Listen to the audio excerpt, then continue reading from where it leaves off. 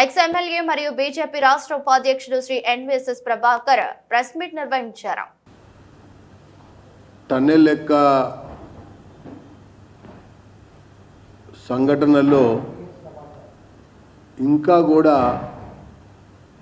వర్కర్ల యొక్క ఆచూకీ కానీ వాళ్ళ యొక్క క్షేమ సమాచారాలు కానీ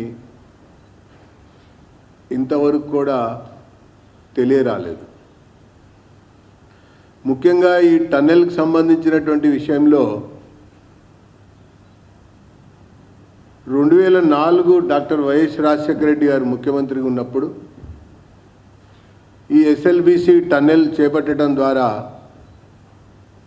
నల్గొండలో ఉన్నటువంటి ప్రజానికానికి మంచినీళ్ళు అందించాలన్నటువంటి అభిప్రాయంతోన జీఓఎంఎస్ 147 11/8/2005 డేటెడ్ 2813 కోట్లతో ఈ ప్రాజెక్టుకి అడ్మినిస్ట్రేటివ్ అప్రూవల్ ఇవ్వడం జరిగింది 2005లో 4లో.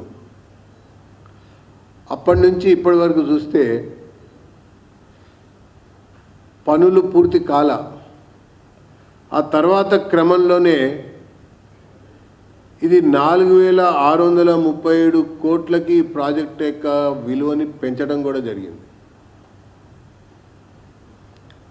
నాకు చాలా గుర్తుంది, జలయజ్ఞం చర్చా వేదికలలో నల్గొండలో జరిగినటువంటి ప్రాజెక్టు పైన చర్చా వేదిక సమయం సందర్భంలో ఆ ఒక్క కార్యక్రమానికి మాత్రమే, ఆ ఒక్క డిబేట్కి మాత్రమే కోమటిరెడ్డి వెంకటరెడ్డి గారు నేను ఇంజనీర్ని అని చెప్పని వచ్చారు.